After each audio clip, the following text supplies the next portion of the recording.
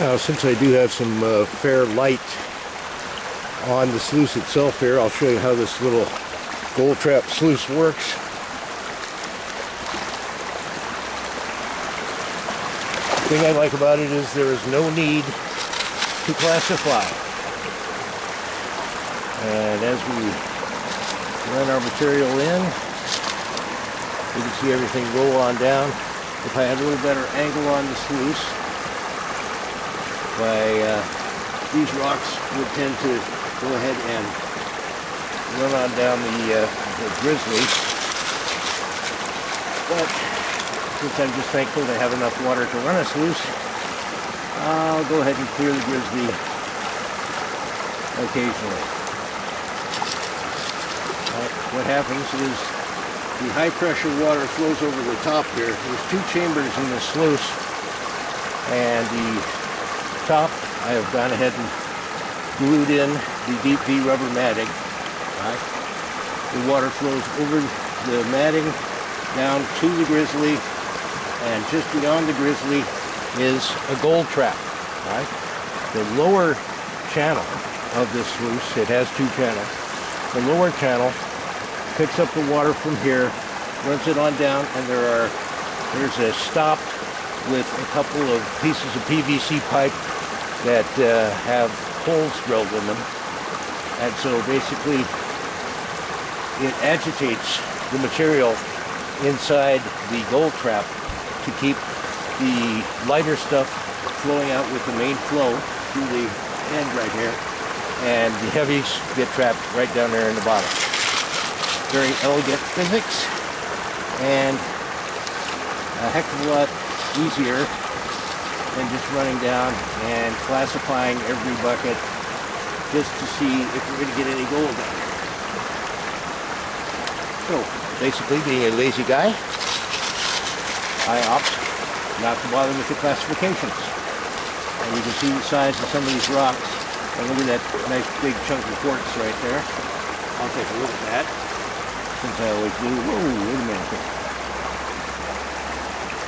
Okay.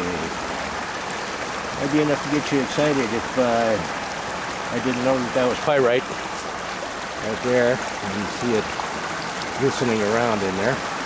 But hey, where there's pyrite, sometimes you find gold.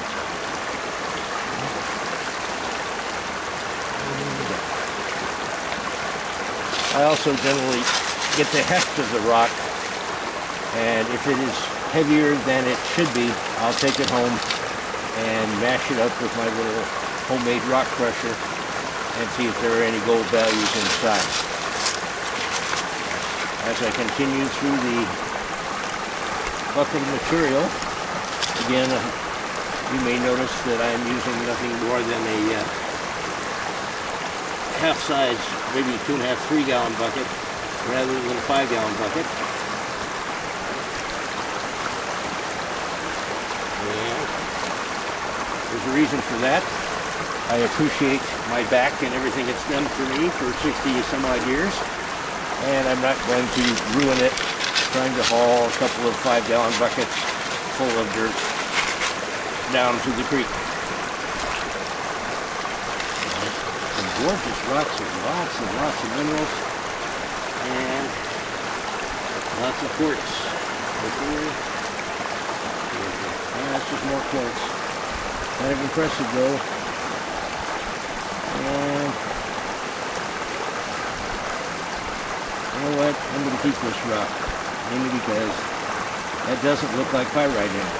I don't know if you can see this too well, but kind of check that out. That's a keeper rock, and I'll be crushing that one up at home.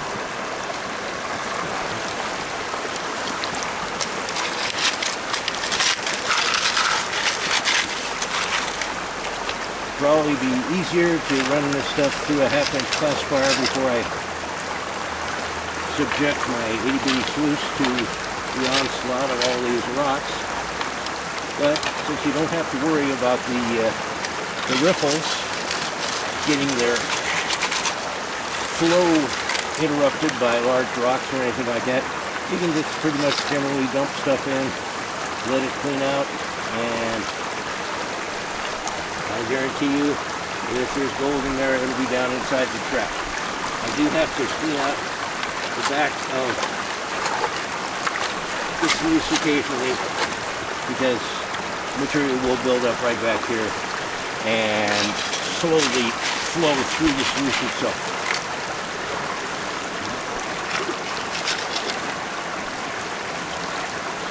Speaking of the flow through the sluice, I'm going to have to adjust this a little bit.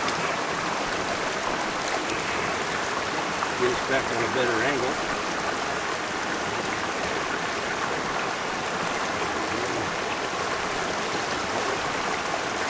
Big rock wedge right down in there. Big rock, rock. It's going to help with our flow and help clear the grizzly. I'll continue through this bucket and then we'll check in with you later.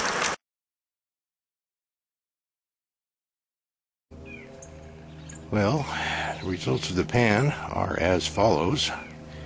Here comes the pan, and it's difficult. Let me see if I can tilt this down a little better. There we go. As we can see down in here, and with a small rotation, it's still not working. And let's see if we can get this down here. I got a lot of reflection here. You can see 4 small pieces of gold. At least I got 1, 2, 3, 4, maybe 5. In any case, they're very small, but they are gold.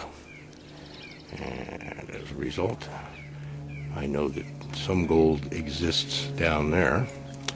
I will go ahead and probably run a quick pan on the -30 just to take a quick look and see if there's a lot of the finer micron gold in there. But got a few pieces of lead, very tiny birdshot and flakes of lead. As you can see through the pan, there's a lot of lead in there. And we'll give that -30 a try and see what shows up in there.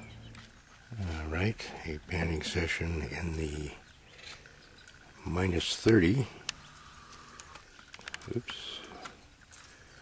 Shows us about 5 or 6 pieces of very, very small gold.